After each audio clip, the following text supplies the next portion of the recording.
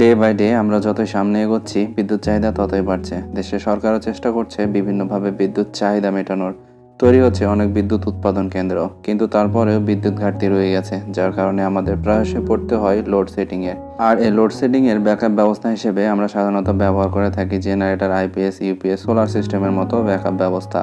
তো যখন লোডশেডিং হয় তখন আমাদের প্রয়োজন পড়ে মেন পাওয়ার সোর্স থেকে লোডগুলোকে ব্যাকআপ পাওয়ার সোর্সে যুক্ত করা। সেটা আমাদের ম্যানুয়ালি করতে হয়, কিন্তু কিছু ম্যাগনেটিক কন্ট্যাক্টর আর রিলে সমন্বয়ে পুরো সিস্টেমটা অটোমেটিক করা সম্ভব এবং খুব সহজ। তো এই ভিডিওতে আমরা দেখব যে অটো চেঞ্জ ওভার সুইচ কানেকশনটা কিভাবে করতে হয়। তো চ্যানেলে নতুন হলে অবশ্যই চ্যানেলটা সাবস্ক্রাইব করবেন, আর আগে থেকে করে রাখলে অসংখ্য ধন্যবাদ। তো চলুন দেরি না করে শুরু করে ফেলি আজকের ভিডিও।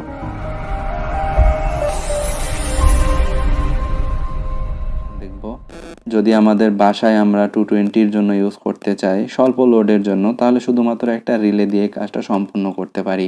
সাপোজ আমরা সেখানে একটা ইউপিএস ব্যবহার করব, তাহলে আমাদের এখানে মেন সাপ্লাই থাকবে শুধু দুইটা, একটা ফেজ আর একটা নিউট্রাল।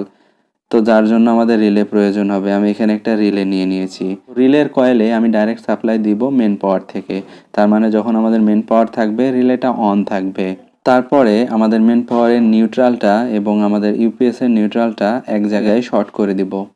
তারপরে রিলের কয়েল সাপ্লাই 12 নাম্বার আর 5 নাম্বার শর্ট করে দিব, যার ফলে আমাদের কানেকশনটা হবে মেন পাওয়ারের ফেজটা নর্মালি ওপেনে একটা টার্মিনালের সাথে। তারপরে ইউপিএস এর একটা কানেকশন আমরা নিয়ে গিয়ে দিব নর্মালি ক্লোজ একটা টার্মিনালের সাথে। 5 আর 3-এর কমন টার্মিনাল যেটা 4 নাম্বার থেকে ফেজটা আউট করে আমরা ডাইরেক্ট নিয়ে দেব আমাদের লোডে।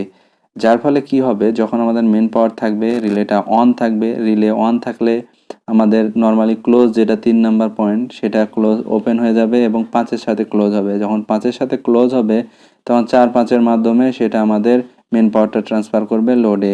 আবার যখন কারেন্ট থাকবে না, লোড সেটিং হবে, রিলেটা বন্ধ হয়ে যাবে এবং 4 আর 3 শর্ট হয়ে থাকবে এবং 4 আর 3-এর মাধ্যমে আমাদের ইউপিএস এর সাপ্লাইটা চলে যাবে লোডে।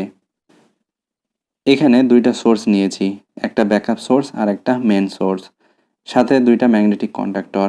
তো প্রথমেই আমাদের মেন কানেকশনটা আমরা দেখব। তো আমাদের মেন সোর্স থেকে 3টা ফেজ আমরা ডাইরেক্ট নিয়ে নিব একটা ম্যাগনেটিক কন্ট্যাক্টরে। তারপর সেই ম্যাগনেটিক কন্ট্যাক্ট থেকে সেই লোড নিয়ে নিব ডাইরেক্ট আমাদের লোডে।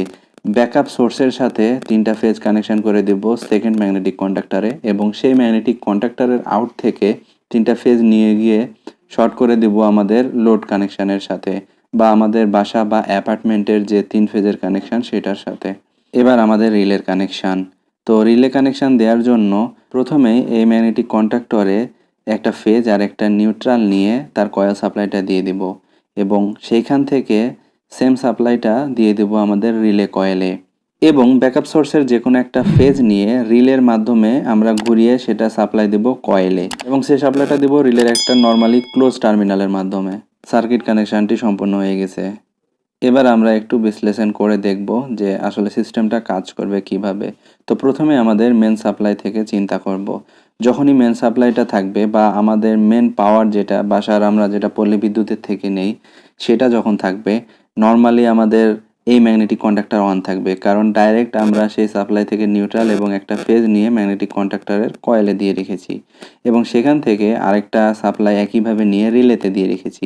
তার মানে রিলেটাও অন থাকবে।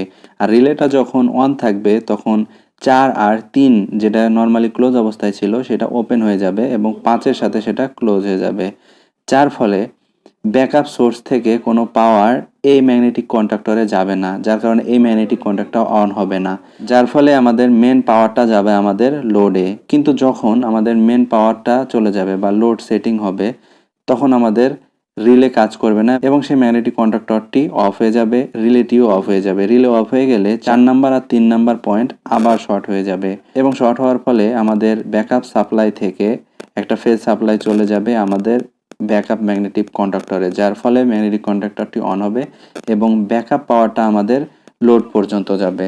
তবে সেক্ষেত্রে আমরা চাইলে অটো আমাদের জেনারেটরটা অন করতে পারবো না, জেনারেটরটা আমাদের ম্যানুয়ালি অন করা লাগবে, কিন্তু আমাদের পাওয়ারটা চেঞ্জ ওভার করা লাগবে না ম্যানুয়ালি, সেটা অটোমেটিক হয়ে থাকবে। জাস্ট আমাদের জেনারেটরটা অন করে দিলেই হবে।